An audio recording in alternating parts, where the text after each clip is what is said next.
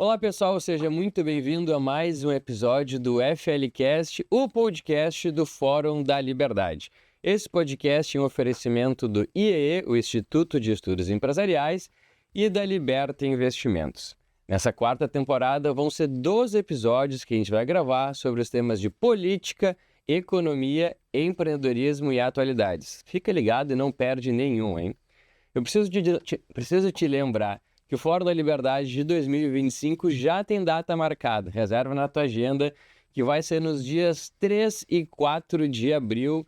Escaneia o QR Code que está em algum lado aqui da tela, põe teu celular ali, põe a tua câmera e já deixa ali o teu contato para colocar na tua agenda e ficar por dentro de todos os detalhes que a gente vai divulgando aí ao longo do ano.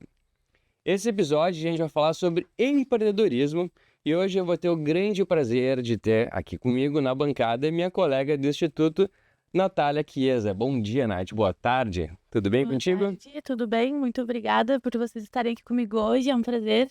Obrigada, Patrícia, por teres aceitado o meu convite para falar um pouquinho da tua história. Boa.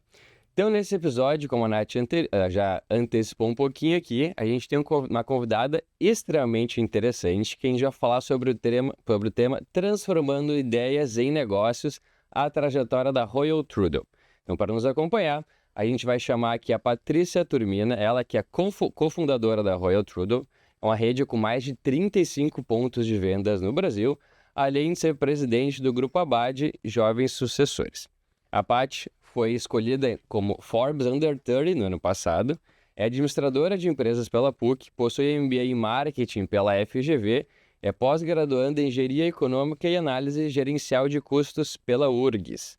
Paty, muito bem-vinda, obrigado por ter aceitado o nosso convite, aqui é uma honra te ter na bancada conosco hoje. Legal, obrigada pessoal por terem me convidado. Eu já participei, de um episódio do FLcast bem lá no começo, Sim. mas como entrevistadora. Então agora como entrevistada é uma honra estar aqui. Já me sinto em casa também, Sem dúvida. Ex-colegas de EE, eu acabei saindo, mas me sinto em casa porque sei que a gente fala a mesma linguagem. Exatamente, mesmas ideias, né? Mesmas ideias, mesmos valores. Boa. Bom, então, queria começar te perguntando um pouquinho de como surgiu a ideia da Royal Trudel e que tu contasse um pouquinho da tua trajetória até chegar aqui. Então, contar a história da Royal Trudel é meio que contar um pouquinho da minha história de vida, e da Vamos lá. história dos meus pais, do meu irmão. Os meus pais, a Nath conhece acho que um pouco da empresa. Sim, conheço. Meus pais tiveram uma origem super simples, vieram do interior, de Passo Fundo, da cidade de Marau. E eles começaram a vida deles empreendendo para sobreviver mesmo, Então, meu pai, quando criança, já trabalhava, vendia mandolate na rua, depois trabalhou como faxineiro numa oficina, aí conheceu minha mãe, aí eles começaram a vender doce, aí junto com o meu tio construíram uma empresa que virou uma distribuidora de doces, depois uma distribuidora de alimentos e depois uma distribuidora, mais generalista, digamos assim. Então, ver tudo isso, obviamente, inspirou muito eu e meu irmão a enxergar o empreendedorismo como uma ferramenta de sobrevivência, de realização. E, na verdade, quando a gente pensava em carreira, o mais óbvio para os dois era enxergar empreender como uma carreira, como um objetivo de vida. E muito em virtude dessa história dos nossos pais que foram crescendo à medida que a gente foi crescendo e a empresa foi tomando corpo. Então, eu e meu irmão, desde muito cedo, a gente se imaginava abrindo um negócio. Quando a gente era mais novo, tipo assim, adolescentes, a gente queria construir uma máquina de cachorro-quente automatizado. Boa. E aí, nossos pais sempre nos levavam, tipo, todo sábado a gente ia para um restaurante lá em Passo Fundo que chama Natus, que faz, tipo, X e cachorro-quente. E aí, todo sábado a gente ia lá e a gente falava que a gente ia abrir um negócio de cachorro-quente e ia levar pro mundo o cachorro-quente do Brasil, porque a gente sabe que é muito diferente, né? Sim. O cachorro-quente do Tem Brasil tudo, né? é aquele podrão, vai Sim. ervilha, vai maionese, vai batata palha. Exato. Queijo ralado, salsinha. Exato. E a gente Completo. pensava, como o mundo vive sem isso? Como eles sobrevivem comendo apenas pão e salsicha? E aí a gente pensava nisso, mas assim, aquela coisa de adolescente, brincadeira. E aí quando eu vim estudar na PUC, meu irmão também veio, Meu irmão fez engenharia de produção, eu fiz a ADM, né? E a gente levou a sério essa história do cachorro-quente, de criar uma rede de cachorro-quente que a gente faria um robô, um braço robótico que ia montar, e aí a galera ia comprar não só pelo produto, mas pela experiência de ver um robô montando, e não ia ter mão de obra, e toda aquela ideia, assim, que parecia muito genial. E a gente chegou a desenhar o protótipo da máquina durante a faculdade. O meu TCC foi esse projeto, esse plano de negócios. E, obviamente, não saiu do papel, porque quando a gente fez o orçamento da primeira máquina, a gente viu que, pô, vai ter que vender quantos cachorros-quentes só para pagar a máquina, né? Então, toda a estrutura, enfim. A gente percebeu que talvez não seria um negócio tão genial quanto a gente tinha pensado. Mas, aí voltando também um pouco para nossa formação, desde muito cedo, nossos pais nos incluíam no ambiente da empresa, então, ainda crianças, a gente, enfim... Quem levava a gente para a escola era o caminhoneiro da Unice. Então, descia de caminhão na frente da escola, ia na caçamba, no meio das mercadorias. E aí, nas férias, a gente sempre tinha que acompanhar alguém da empresa. Então, assim, não tô falando que era trabalho infantil, porque não era, tá? Para nós era uma diversão. Lógico. Sim. Mas, assim, de manhã a gente tinha que passar um período na empresa, então, ou fazendo entrega, ou ajudando no depósito, separando moeda para o financeiro, separando carga para fechar, sabe? Era tarefinhas, assim, pequenas, mas que já nos mostravam... O valor do trabalho, digamos assim. Exatamente, o valor do trabalho. Então, para a gente poder ir para a piscina de tarde, encontrar os amigos de tarde, e de manhã a gente tinha que cumprir essa agenda. Todos nós que viemos de empresas familiares, a gente sabe como funciona, né? A gente vive a vida familiar muito dentro também dos nossos negócios, né? Exatamente, não tem muita separação, né? A minha mãe brinca que eu nasci, 3 dias depois ela estava na empresa comigo no colo, com meu irmão não foi diferente. Então, a gente literalmente cresce dentro de um ambiente familiar de negócios e começa a enxergar isso como óbvio quando a gente pensa no nosso futuro, né? Então, meus pais falavam muito que, exceto se a gente fizesse medicina, e vocês devem saber que no interior, tipo assim, tem 2 faculdades, medicina e outras, né? Então, exceto se a gente fizesse medicina, a gente não ficaria em Passo Fundo. Porque eles enxergavam que a gente realmente precisaria expandir um pouco, né, nosso repertório, abrir a cabeça. E eles enxergavam isso acontecendo mais em outra cidade, morando sozinho e desenvolvendo, né, a autonomia. E aí a gente veio para cá. Eu lembro que se a gente fizesse medicina, a gente ganharia um carro quando passasse na faculdade. Se fosse outra faculdade, não. Então, a gente veio para cá e meus pais, assim... Por mais que naquela época já tivessem condições, eles impuseram a nós uma realidade bem diferente daquela que a gente poderia ter. Então, e assim, eu não tô falando que a gente teve dificuldade nenhuma, né, gente? Pelo amor de Deus. Tem gente que precisa trabalhar para pagar o aluguel, para pagar a faculdade, e não é a esta realidade que eu vou me comparar, mas a realidade de quem poderia ter tido algumas facilidades a mais e não teve. Então, meus pais davam um aluguel, pagavam a faculdade, os 2 fizeram PUC, e um vale alimentação para o mercado. E aí a gente tinha que se virar, a gente ia trabalhar de ônibus, né? Os 2 estagiando na época, durante o dia, e à noite fazendo faculdade. Na verdade, eu demorei 1 semestre para achar um estágio. E eu lembro que nesse 1 semestre, um dia meu pai veio nos visitar de surpresa e era de tarde, e eu estava assistindo Sessão da Tarde. E aí meu pai me deu um sermão que quem assiste Sessão da Tarde nunca vai ser ninguém na vida. E aquilo ficou, tipo, meu Deus, até hoje, assim, sabe? E ele tinha toda a razão.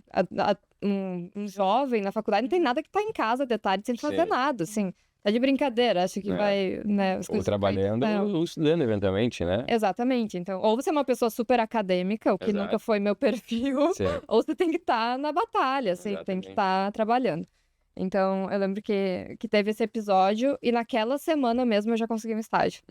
Assim, porque eu, foi um incentivo que precisava, né? Foi, porque tava muito confortável. Mas também eram os primeiros meses, eu tava me adaptando, mas assim, meus pais foram rígidos nesse E também não morava sentido. aqui, então se adaptando na cidade ainda, né? Exato, eu ainda tinha medo de pegar o ônibus, não sei o quê.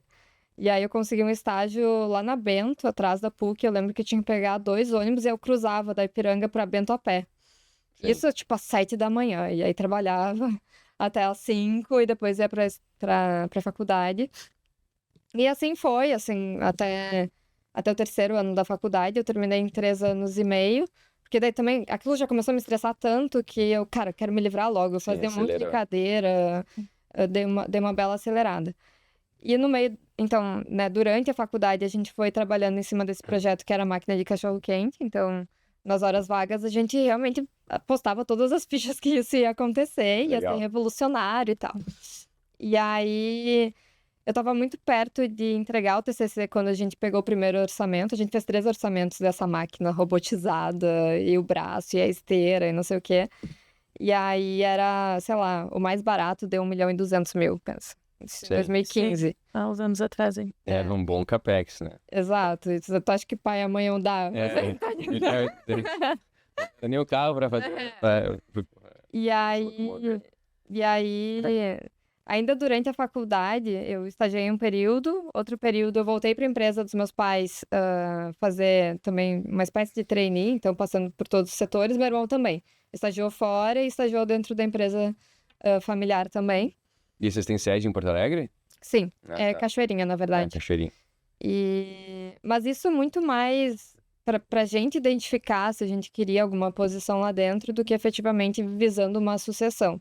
Porque meus pais sempre foram muito, assim, nos deixaram muito à vontade para assumir ou não assumir o negócio da família. Porque distribuição, a gente sabe que é um negócio bem estressante. Naquela época, meus pais, né, tu tem 2 clientes, tem os clientes, né, os supermercadistas, e tu tem o cliente indústria, e tu tá sempre a um passo de perder a indústria e aí, consequentemente, perder. Sim.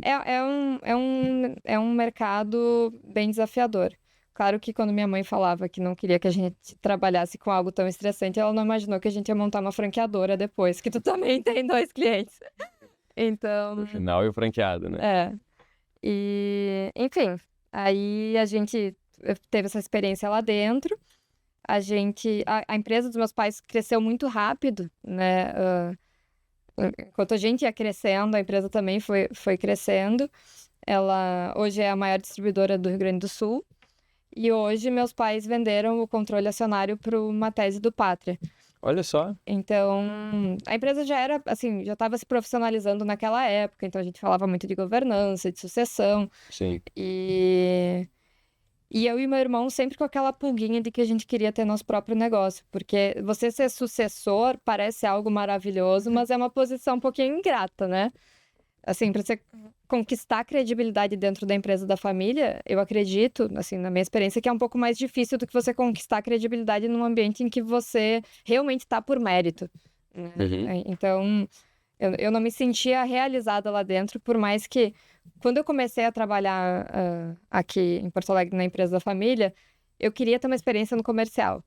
E aí meu pai falou, tranquilo, eu vou te dar uma pasta de clientes, aí você vai atender, vamos ver se tu é boa. Vai pra rua. Vai pra rua. Aí ele me deu uma pasta de clientes inativos há mais de 90 dias, todos no Rubem Berta e Alvorada.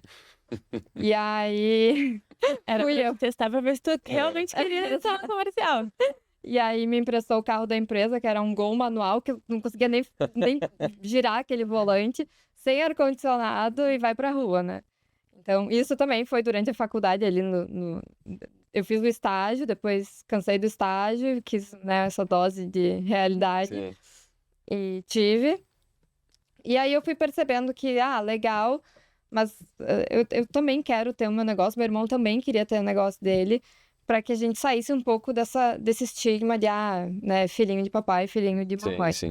Então, nem que fosse para eventualmente voltar depois para a empresa da família, mas a gente tendo nosso próprio Queria ter a repertório e experiência. mérito. Exatamente. Então, a Royal Trudel surgiu da nossa frustração de não conseguir construir o negócio do cachorro-quente. E aí, numa viagem, meus pais estavam voltando de Praga. E a gente pegou eles no aeroporto aqui em Porto Alegre e estava indo até Passo Fundo de carro, então 4 horas. E aí, eles contando da viagem, eles falaram que comeram um doce lá nas ruas de Praga que não existia no Brasil. E aí, quando meu pai falou essa frase, não existe no Brasil, eu tive um estalo. Eu falei, cara, um doce que não existe no Brasil. E a gente aqui querendo inventar a roda com cachorro-quente, né? Sim. E aí eu comecei a perguntar, e esse doce? Aí meu irmão já entrou na internet e começou a pesquisar, porque meus pais não sabiam nem o nome do doce. Porque o nome lá em Praga é Trdelnik, sem vogais, né? É difícil de falar, Nossa. enfim, E vocês também não conheciam o doce ainda. não conhecia. E aí meu irmão entrou na internet, já começou a ver, como é que assa? Porque a gente apelidou de Trudel, tá? Sim. Mas é Trdelnik, ou tem outros nomes também.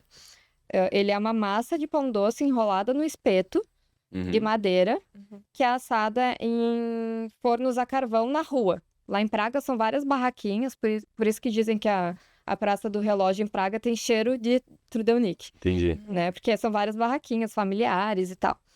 E aí meu irmão já começou a ver, dá pra fazer um forno assim elétrico, coloca resistências laterais, a gente pode entrar em shopping com Sim, o isso. engenheiro já começou a pensar Já no tava produto, né? desenhando. E aí, isso era uma sexta-feira. E aí eu já comecei a pesquisar receita, minha mãe também.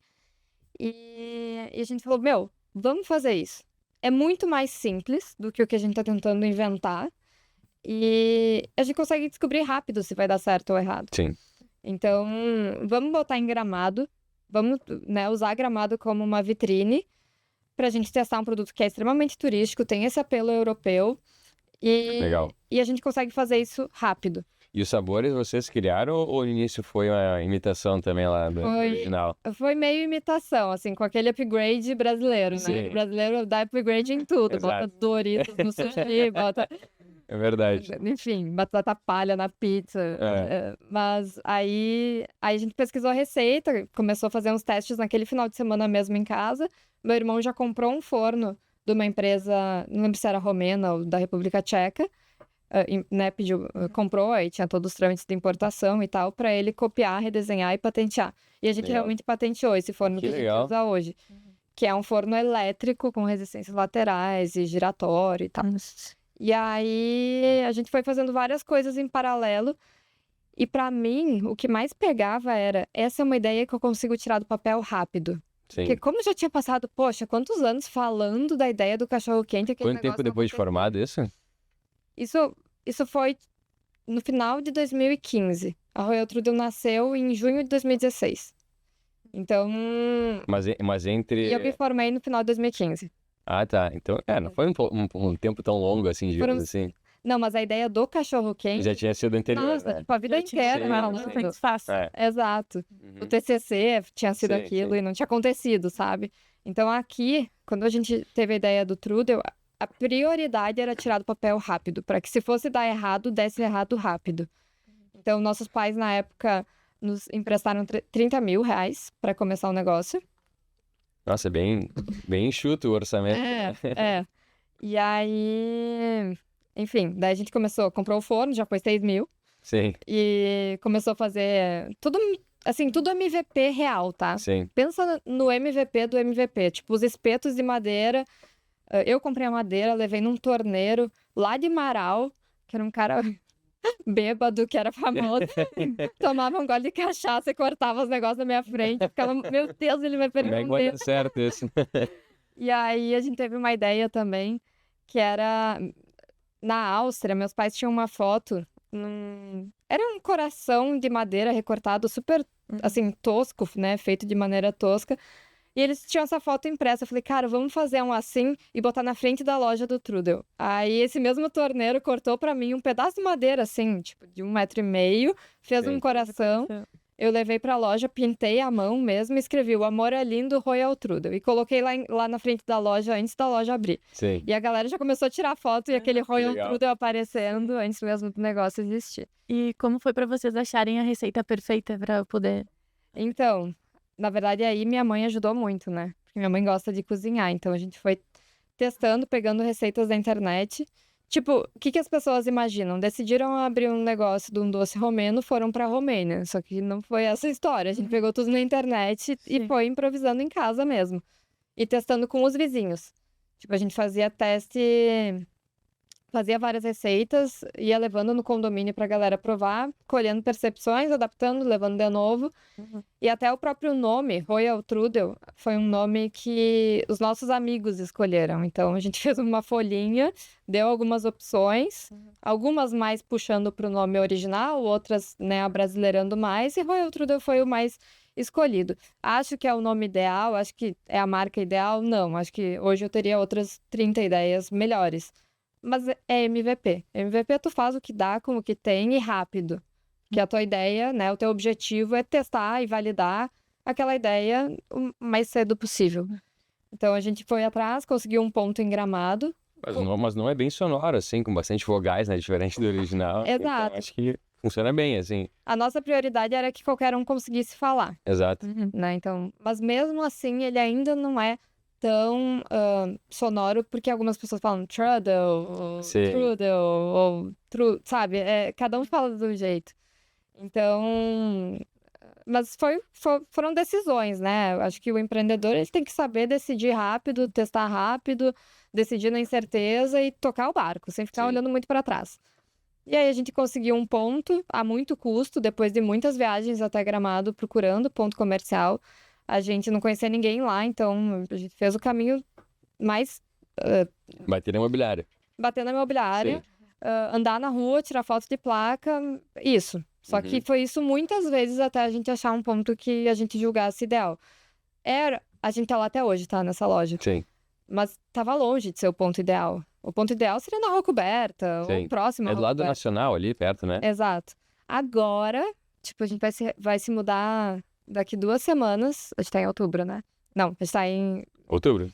outubro. Sim. A gente vai se mudar até dia 20 de outubro pra loja da esquina daquele mesmo imóvel. Ah, legal. Que eu sempre sonhei e nunca tinha conseguido. Então, Sim. agora, mas mesmo endereço, só que 2 lojas pro lado, uma loja maior. Mas se não, a Boa. gente tá lá desde o começo, desde 2016. E aí, conseguimos aquele ponto que não era o ideal. A gente tinha, na época, 24 mil para gastar com a reforma. E aí, os primeiros arquitetos que eu falei, todos falaram, cara, não dá.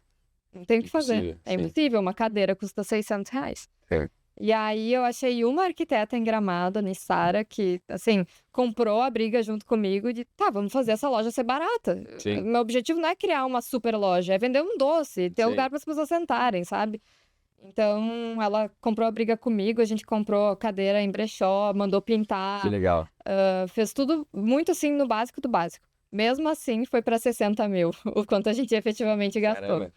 E aí, a gente, assim, super preocupados, poxa, a gente gastou o dobro do quanto, né, nossos pais tinham nos emprestado e tal. Sim. E aí, meu pai falou, cara, eu só falei 30 porque eu sabia que ia ser 60. E porque se eu tivesse dito 60, vocês teriam gastado 120. Sim. Então, tá tudo ok. E aí, o payback desse investimento deles veio em menos de 5 meses. Porque a loja realmente começou bombando muito Sim. mais do que a gente esperava. Eu tinha mesmo capacidade e o preparo para atender. A demanda foi muito alta. E aí, abrimos a loja, a gente começou, né, eu, meu irmão e mais 2 funcionárias que a gente contratou. Uma delas está com a gente até hoje. E era a gente tocando e vivendo aquela vida de padeiro, de acordar às 6 da manhã, fazer a massa, esperar a massa crescer, enrolar a massa nos espetos, passar o dia inteiro atendendo, ia embora às 10 da noite, No outro dia é a mesma com o coisa. bolso cheio de dinheiro, porque na época era muito dinheiro e eu não tinha Sim. tempo de ir no banco. Eu lembro que meu armário lá em Gramado, no apartamento que a gente alugou, era cheio de nota. Eu não tinha Loucura. tempo de depositar. E eu pagava as funcionárias porque não tinha. Gente, a rotina do empreendedor pequeno é bizarra. É. Eu não tinha ideia que era possível o ser humano não almoçar, ir uma vez no banheiro o dia inteiro, chegar em casa, tomar banho, dormir, acordar e já começar de novo, e os dias passarem muito rápido, e quando vê já tá na hora de pagar de novo, e já tá na hora Sim. de comprar de novo. Saía da loja só pra ir no mercado comprar coisa que faltava, e aí foi uma Em coisa quanto tempo assim. foi essa função? 6 meses foi assim. Uhum. Em 6 meses a gente decidiu contratar um supervisor, e a gente decidiu construir a nossa fábrica em Porto Alegre, na verdade em Cachoeirinha, Sim. porque a gente já tava, a gente quer abrir mais lojas, esse negócio tem que começar a andar um pouquinho sozinho. Uhum. Assim, não dava sozinho. A gente tinha muito medo de sair pra almoçar e o negócio pegar fogo. Era um nível de envolvimento muito grande. Tipo um bebê recém-nascido, Sim, sabe? sim. E aí... A maioria das empresas que quando começam, assim, vocês que começaram do zero, começa sempre numa parte muito mais operacional, né? 100% operacional. Não tinha nada de estratégico ali. Era tipo assim, vai comprar farinha porque acabou a farinha. Eu não conseguia Sim. planejar a venda de, sabe? A gente fala, né, que trabalha demais e não tem tempo de ganhar dinheiro, né? Trabalha tanto e não tem tempo de ganhar dinheiro justamente porque tá tão envolvido, imerso naquela situação que tu nem consegue parar para, assim, fazer o básico, né, de administração, No né? nosso caso, acho que a gente só ganhou dinheiro porque o nosso custo era muito baixo, né? A gente Sim. tinha o custo de aluguel e 2 funcionários e o dinheiro não parava de entrar porque... Gente, no começo, vocês falaram qualquer pessoa de Gramado, tinha fila dobrando a esquina para comprar Mas acho que tudo. o primeiro ponto, né, que era validar o produto, isso deu super certo, né? Rapidamente vocês já entenderam que teria adesão, né? Que tinha demanda. Que Pelo é- menos nesse ponto comercial, nesse tipo de cidade, a demanda era muito alta por esse produto que era muito diferente. Ninguém Sim. no Brasil tinha visto. E que era o objetivo de vocês, né? Exatamente. Depois de um primeiro negócio e um planejamento muito grande, sem sair do papel, foi totalmente ao contrário, né? Exatamente. A gente validou o produto muito rápido. E o modelo de negócio a gente foi, obviamente, aprimorando e está aprimorando até hoje, porque aí é outros 500, né? Você vai para Pois é, esse aspecto que eu tenho uma dúvida, assim, que acho que é bastante pertinente, assim, né? Acho que faz uns 2 anos atrás, eu fui para Morro de São Paulo e lá tinha uma Royal Trudel. Pô, Morro de São Paulo é uma ilha longe pra caramba daqui do sul e tinha uma Royal Trudel com produto igual de Gramado, né? Então, assim, a gente sabe da dificuldade de expandir, muita gente opta por começar a abrir filiais, e naturalmente a abertura de filiais tem que ter uma pessoa de confiança, eventualmente até um sócio que vai até essa nova sede, né, para passar a cultura, implementar os processos que já foram estabelecidos, e vocês optaram por um modelo de franqueadora, né? Por que essa opção? E a dúvida é se vocês, nessa tua jornada que falou que foi implementando as coisas à medida que foram surgindo os problemas, se vocês chegaram a testar filiais e optaram por esse novo modelo de ser franqueadora, ou já desde o princípio vocês já formataram a empresa pensando um pouco nisso, né? Então, a gente no começo não tinha intenção nenhuma de virar uma franqueadora. A ideia era a gente expandir através de lojas próprias mesmo. A gente tinha, assim, até dificuldade minha e do meu irmão mesmo de assim, colocar processo no negócio, a gente era muito envolvido, a gente não conseguia enxergar isso acontecendo, né? Porque para você ser uma franqueadora, você tem que ter processos muito bem desenhados, que não sejam dependentes de uma única pessoa, etc. E no começo a gente não tinha essa visão, a gente pensava em lojas próprias e a gente começou expandindo através de lojas próprias. Então, a gente construiu nossa fábrica em Cachoeirinha e abriu 2 lojas aqui em Porto Alegre, 2 quiosques, na verdade, em shopping. E aí, nesta época, a gente pensou, agora a gente vai, né, começou a criar equipe, já tinha um supervisor lá, né, agora tinha fábrica, não precisava acordar às 6 da manhã para fazer a massa na loja, porque a fábrica mandava congelado. E as coisas pareciam que estavam começando a se organizar. E aí, o que aconteceu?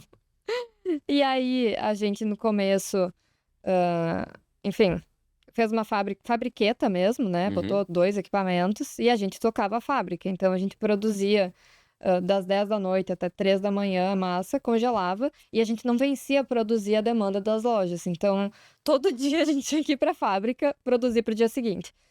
E levar, né? Então... Sim. O pessoal das docas aqui dos shoppings nos conheciam como os irmãos zumbis, porque a gente chegava lá às 4 para abastecer a loja e depois voltava às 9 para abrir. E a gente ainda estava muito presente no operacional, tanto das lojas quanto da fábrica. E a gente, assim, é que a gente era meio pão duro mesmo, sabe? Muito cuidadoso com o dinheiro e não tinha a mentalidade de, preciso investir para crescer, né? Sim. E nesse sentido, obviamente, a gente poderia ter aproveitado toda a expertise dos nossos pais, mas a gente também era teimoso. E a gente, Claro. é o nosso negócio, a gente vai fazer do nosso jeito. Então, obrigada pelo investimento inicial, mas agora é com a gente. Sim. E aí a gente tomou um laço, assim, foi muito cansativo. E eu lembro que chegou uma época que a gente tinha 20 funcionários e eu tive 3 grávidas ao mesmo tempo, Nossa. que não trabalharam durante a gravidez, durante a gestação. Então, todos os dias eu acordava e eu sabia para qual loja eu ia, mas eu não sabia em qual loja eu ia terminar, não sabia se eu ia ter que ir para Gramado, porque eu fazia muito isso, ia para Gramado, voltava, era uma correria absurda, assim. Sim. E aí, nesse momento, a gente também estava olhando para abrir uma loja em Balneário Camboriú, que a gente acreditava ser uma cidade que se comportaria de forma similar a Gramado. E a minha mãe falou assim, eu não vou deixar. Vocês não vão abrir mais uma loja própria em outro estado. Porque ela via a gente, tipo, não Correndo pra cima e pra baixo. dormindo, não se alimentando direito. E o negócio não tava andando naturalmente como deveria, assim. A gente tava apanhando muito e por teimosia. E aí minha mãe deu esse puxão de orelha e a gente ouviu. A Uhum. gente falou, tá bom, então a gente não vai abrir nesta temporada em Balneário Camboriú e a gente vai se preparar para se tornar uma franqueadora. Porque a gente não tá tendo a capacidade de organizar esse negócio, tocar esse negócio com lojas próprias. Sim. Assim, tá fugindo do que a gente consegue. E aí a gente contratou uma consultoria para tornar o nosso negócio uma franqueadora. E a gente passou 6 meses estruturando o negócio. E aí eu aprendi muito, eu fiz curso na BF, a gente, assim, desenhou todos os processos, assim, revisou até o próprio cardápio. Uhum. E, enfim, o nosso negócio mudou a partir dessa consultoria. A oportunidade, então, surgiu como apagar um incêndio, assim, não como uma vontade ou uma Exato. oportunidade no negócio. Não como uma estratégia, né? Então, claro, aí eu e meu irmão, a gente tinha 22 anos, né? Então, É muito jovem, né? e tudo, assim, a gente achava que tinha uma visão, Sim, mas sim, a gente, sim. na verdade, estava sempre correndo atrás do rabo. E aí, quando a gente contratou essa consultoria, a gente viu como a gente era pequeno e como a nossa mentalidade estava pequena, perto do que a gente tinha de objetivo de construir. E aí, a gente investiu no negócio, a gente mudou o cardápio, porque até isso, gente, o cardápio do Trudel era assim, tinha 5 opções, tá, de produtos. Então, era tradicional, Nutella, doce de leite, chocolate branco e chocolate branco com nozes. Se a pessoa quisesse botar nozes, a gente não deixava. Sim. Se ela quisesse, a gente não permitia nada. Não tinha sorvete, não tinha morango. Sim. E era assim, você quer comprar o Trudel, é isso que a gente tem. Ah, o de sorvete com morango é sensacional. E aí a gente era muito cabeça fechada, enfim. E aí a consultoria nos ajudou a repensar isso, sabe? Então o negócio mudou muito dali pra frente, a gente criou processo, contratou pessoas, porque nessa época eu tinha uma pessoa no administrativo pra me ajudar, e nessa época a gente achava isso muito bonito, né? Mas agora a gente olha pra trás e sente vergonha de não ter organizado a casa antes. E quantas lojas próprias e quantos franqueados vocês têm agora? A gente tá com 6 lojas próprias e 29 franquias. Ah, eu achei que eram todas franquias, não sem Não, a lojas gente próprias. mantém as Que são próprias. aqui em Gramado e em Porto Alegre. Gramado, Porto Alegre, Passo Fundo e Canoas. Ah, legal. E como que vocês têm se dividido, tu e teu irmão, na empresa? Quais são as principais funções de vocês atualmente? Então, meu irmão fica mais com a parte de compras, fábrica, logística, e eu fico mais com a parte de marketing, pessoas e expansão. A gente é muito complementar, assim, e bem diferentes, na verdade, eu e meu irmão. Mas dá Engenheiro deve ser mais pragmático, assim. certo. Exato, exato. E falando de expansão, né? Pô, acho que tu tem um exemplo, talvez um dos mais interessantes, né, dentro de casa.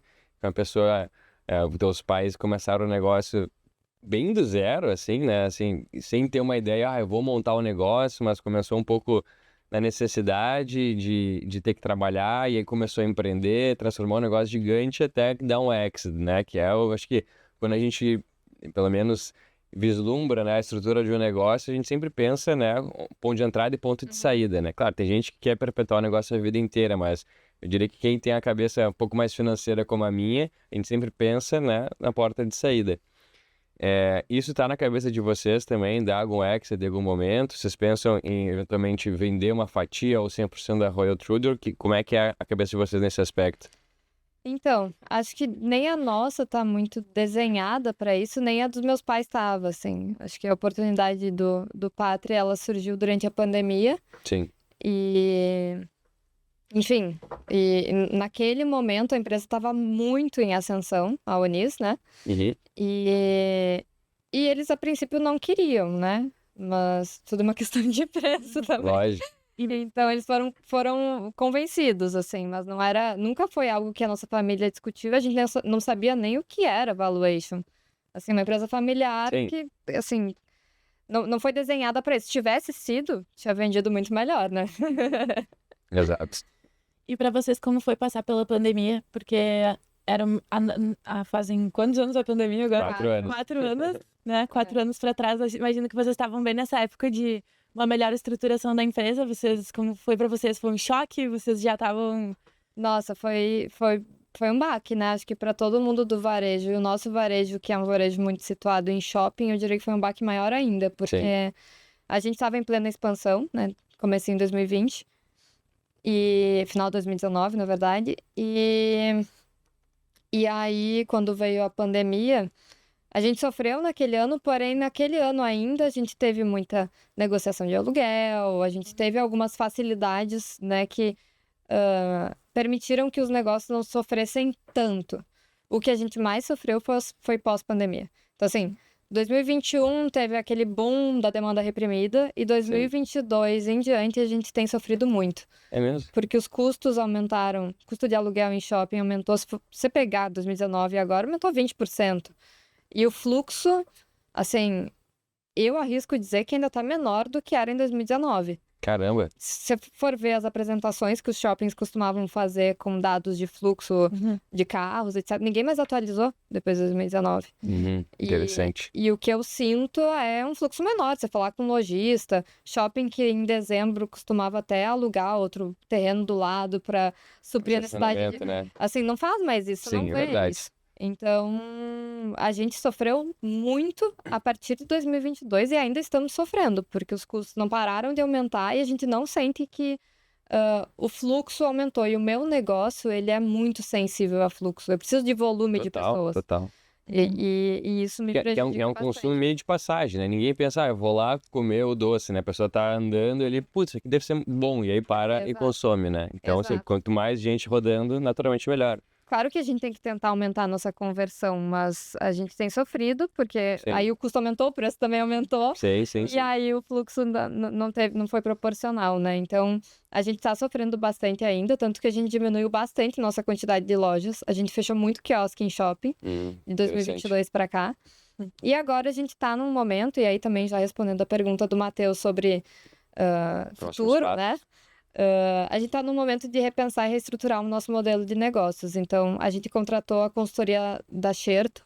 A Xerto foi responsável por formatar Bauducco, Havaiana, Samsung. Legal. Quase todas as maiores franqueadoras passaram, de alguma forma, por alguma consultoria deles. Então, a gente contratou o Marcelo Xerto para nos ajudar a repensar o nosso negócio. E o que a gente identifica, assim, falando de futuro?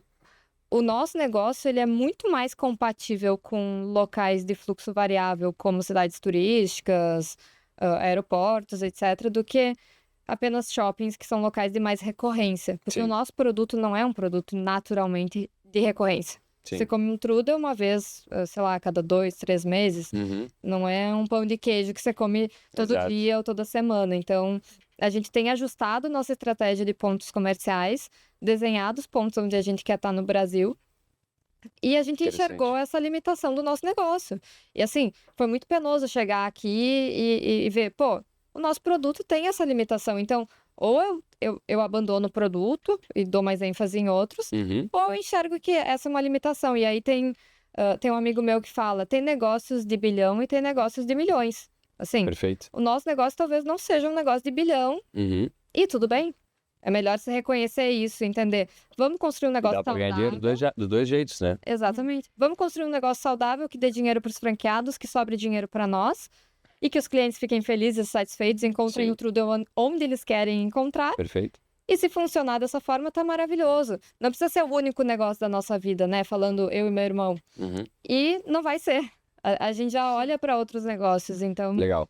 a gente vê que Empreendedor em série, né? toda a nossa energia e foco que a gente colocou nesse negócio, agora fica muito claro. Se a gente colocar parte disso em outros negócios, a gente consegue crescer outros negócios que talvez tenham chance de chegar no bilhão. E a Royal Trudel, nesse formato que ela tá, não vai ter. Então, nosso foco, próximos passos é deixar a Royal Trudel bem formatada, processos claros, franqueados felizes, franqueados ganhando dinheiro, expandir nos pontos que a gente já mapeou, que a gente precisa estar. E a gente não vai mais ir além disso, porque antes a gente olhava, tipo, números de expansão ou internacionalização, o que é possível. A gente considerou realmente, né, para tornar esse negócio um negócio de 1 bilhão, teria que internacionalizar. Sim. Mas esse mesmo esforço que eu precisaria para isso, se eu alocar em outros negócios que a gente também tem entrada, que a gente também tem expertise, que a gente tem algumas facilidades, Perfeito. eu consigo atingir os nossos objetivos. Alocação de tempo e capital, né? Exatamente. Perfeito. Mas acredito que também a experiência que vocês vieram adquirindo desde o primeiro negócio que vocês tiveram já traz esse know-how para vocês entenderem o que fazer daqui para frente, né? Isso é muito importante. Não só os erros, mas ir aprendendo, né? Conforme a gente vai se desenvolvendo dentro do negócio. Com certeza. Se pensar que a Royal Trudeau começou, eu tinha 21 anos, né?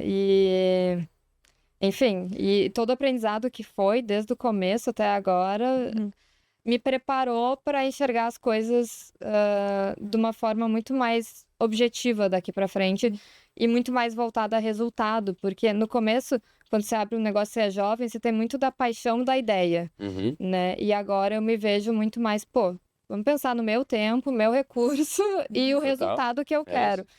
E fora isso também, a gente é muito envolvido, não necessariamente na Onis, né? Porque a Onis teve agora Neopátria assumindo o controle acionário, a gente se tornou, de certa forma, acionistas e não mais sucessores. Mas meu pai tá lá dentro, acredita na tese, reinveste na tese, tá junto com os caras. Legal. Mas meu pai é empreendedor serial total. Eu não sei quantas empresas ele já fundou. Que legal. É muito, assim. Então, e dentro da Onis, a Onis, por exemplo, criou o próprio ERP. Desde o começo, Caramba. meu pai falou, cara, vamos fazendo conforme, né, a gente vai sentindo a necessidade para nós, porque nenhum dos maiores, né, que eu não vou falar os nomes, mas os Sim. maiores conseguiu atender exatamente a demanda que a gente tinha. Então, o distribuidor tem muito problema de controle de verba da indústria, e desconto, e shelf life. São muitas complexidades que nenhum dos grandes conseguiu atender e a Onis foi, ao longo de 35 anos, construindo e aperfeiçoando. E aí, dentro desse time de TI que tinha na Onis, meu pai construiu uma empresa, tirou os caras, transformou em sócios, que presta serviço para a Onis, presta serviço para outras distribuidoras. Que legal. E criou até outros serviços, assim, outros softwares que não esse. E vendeu, acho que, se eu falar o nome da empresa, acho que eu vou falar bobagem. Mas vendeu também, vendeu o controle acionário agora para uma das... também. Que legal. Para uma das empresas de tecnologia maiores, assim, que tem. É bom convidado para o próximo FLCast, né? Bom, então, falando um pouquinho, né, sobre a tua história, a gente percebe que a tua família teve uma importância super importante, assim, né, no teu desenvolvimento, foi aprendendo com os teus erros e também tu foi associada do IE, né, ainda. E eu queria te perguntar o papel que o IE teve no teu desenvolvimento pessoal e no teu desenvolvimento da tua empresa. De que forma que os conhecimentos que tu foi adquirindo a partir dos nossos estudos te fizeram uma profissional melhor, Então, eu entrei no IE em 2018, eu acho. Que foi a época em que a gente estava expandindo muito rápido o Royal Trudeau. E foi essa época, assim... foi a época que eu mais estava trabalhando, assim, acho que histórica. E eu estava viajando muito e abrindo loja. E daí, na época, quando abri a loja, era a gente que ia lá, treinava, ficava uma semana. E me convidaram para entrar no IE, foi o Pedro Calazans que me convidou, que me conhece da ABAD, né? ABAD, Associação Brasileira de Atacadistas e Distribuidores, que eu participava em virtude da Onis. E hoje sou presidente do braço jovem da ABAD, Jovens e Sucessores. E, enfim, ele me convidou e, na verdade, ele já tinha me convidado, eu já tinha dito que não, por essa função de não ter tempo. Sim. Em 2018, eu tava fazendo ainda alguma pós nessa época. Eu falei, cara, mas eu vou entrar no IE porque, assim, eu já não tinha mais amigo, eu não tinha com quem aprender coisas novas, porque era tão imerso naquela coisa operacional que eu falei, cara, eu tô precisando conversar com o empresário, eu tô precisando, sabe, ampliar, porque... Tudo bem, tem meus pais, mas pai e mãe a gente sabe que não faz milagre, né? A gente tem que ouvir de fora. Exato. E eu falei, cara, eu preciso me inserir nesse meio e ter novos exemplos, novas inspirações e abrir minha cabeça. E aí eu entrei no IE, achando que seria algo super suave. E aí começou as leituras. Aí eu lembro, gente... Eu já não tenho tempo. Eu li, assim, O que eu tô fazendo da minha vida? Da meia-noite até 1h da manhã, todos os dias, para tentar vencer as demandas do IE e mais as outras demandas. Eu lembro que nos eventos, e essa era uma crítica que eu tinha todo mundo tava, as meninas, né, sempre bonitas e arrumadas no evento de segunda-feira. E eu ia com roupa de shopping, assim, eu ia de calça jeans, Sim. tênis e suja, porque passei o dia inteiro atendendo no shopping. E aí, enfim, entrei no IE nesse momento, mas todo mundo me acolheu super bem e entendeu e me apoiava, e a galera, assim, eu me sentia realmente acolhida. O que eu achei que no começo seria um baque, assim, de realidade, vim do interior, não conhecia muita gente aqui, Sim. né? Eu trabalhei a faculdade inteira, não tinha um círculo em Porto Alegre que eu me sentisse em casa, e eu consegui encontrar isso no IE. E, além disso, obviamente, nesse momento específico da empresa, foi fundamental que eu entendesse os valores liberais, porque apesar disso tudo já vir da minha formação, eu não tinha esses conceitos bem claros na minha cabeça. E, enfim, quando você está começando, empresário, é muito tênue a linha entre você se sentir o herói e você se sentir o vilão, Exato. né? Principalmente na nossa sociedade, que faz isso com as pessoas. Você, como empresário, é um herói Sim. até você começar a crescer. Começou a Exatamente. crescer, aí já é vilão. Você tem perfeito. 3 operações, você já é um malvadão. Sim. Se for a Dona Maria lá vendendo roupa, aí você é heroína. Exatamente. Então, é meio que, assim, conflitante, porque a minha aspiração é o crescimento, mas, ao mesmo tempo, É os perverso, valores- digamos assim, né? e os valores ficam confusos na cabeça de alguém jovem que tem muitos amigos que pensam diferente. Nossa. Que tem muitos amigos que pensam diferente, e aí você é colocado em prova o tempo todo. E no IAE eu encontrei uma linha de pensamento, assim, condizente com os valores que eu tinha trazido de casa. Foi fundamental. Então, Excelente. entender sobre os valores liberais para ti foi um passo muito importante para o teu desenvolvimento. Foi um alívio, na verdade. Foi tipo um tapinha nas costas de que você não tá fazendo nada errado. Toca a ganhando ficha que dinheiro. tá indo super bem. Foi quando todas as fichas começaram a cair no lugar certo, assim. Exatamente. De todas as ideias que tu acreditava, começaram a passar a ter um nome, vamos dizer assim. Exato. E os valores que a gente colocou lá na parede da empresa também foram muito pautados nos valores que foram ficando evidentes para mim no IE. E pra ti, o que tu acha, assim, como se forma um bom líder? Olha, eu acho que um bom líder, um bom empresário, ele só se forma quando você abre mão das vaidades. Eu acho, na minha percepção, é impossível você ser um bom líder se você tiver muito apego às suas vaidades, porque você precisa dar exemplo. E Perfeito. você precisa vestir a capa da humildade, você precisa fazer tudo que o cara faz e mais um pouco, e sem reclamar. E assim, você não pode ter medo de passar vergonha. Eu acho que isso foi uma grande aula, assim, da minha empresa, da Royal Trudel pra mim. Porque eu limpava a caixa de gordura. Meus amigos foram passar o primeiro ano que a Royal Trudel abriu, meus amigos estavam lá no Festival de Cinema de Gramado, e eu tava... E tu atendendo. Não só atendendo, eu tava na rua coberta com uma bandejinha com trudels cortadinhos em pedaços, fazendo degustação Sim. de touca e avental, sabe? Sim. É- Sim. E a liderança pra mim é isso. Se você tá disposto a abrir mão das tuas vaidades e trabalhar, você vai ser um bom líder. Se você estiver disposto a só trabalhar e não abrir mão das vaidades, as pessoas talvez não vão gerar a identificação que é necessária pra elas Bem legal, Paty. te enxergarem, sabe? Como Baita um exemplo. Baita exemplo. Bem legal. Paty, a gente tá chegando perto dos finalmente. E aí a gente tem umas perguntas capciosas aí para deixar Ai, meu deixar Deus. algum final. A ideia é fazer em formato ping-pong, então a gente pergunta e aí tu responde a primeira coisa que vem na tua mente. Eu vou deixar Tá pra bom. Nath perguntar. Ai, que perigo. A primeira, então. O que significa liberdade pra ti? Olha, a definição mais correta é a ausência de coerção, né? Mas, deixa eu pensar. Eu acho que pra mim não é só a ausência de coerção, é a ausência de julgamento, talvez, eu diria assim. Porque às vezes não há coerção, mas no ambiente como a gente está vivendo hoje, você até é livre para fazer algumas coisas, mas você sente sempre ou o risco de lá na frente vir algum tipo de retaliação ou o julgamento dos pares. Então, eu gostaria que a liberdade fosse um conceito mais amplamente difundido, de forma que as pessoas valorizassem mesmo tudo aquilo que você faz e que não causa nenhum mal a ninguém, não desrespeita a propriedade privada, não desrespeita a vida, que são os direitos fundamentais das pessoas, né? E isso não é claro. Para mim, liberdade é você poder fazer qualquer coisa que não desrespeite Perfeito. o direito do outro. 100% de acordo. Um livro que marcou a tua vida.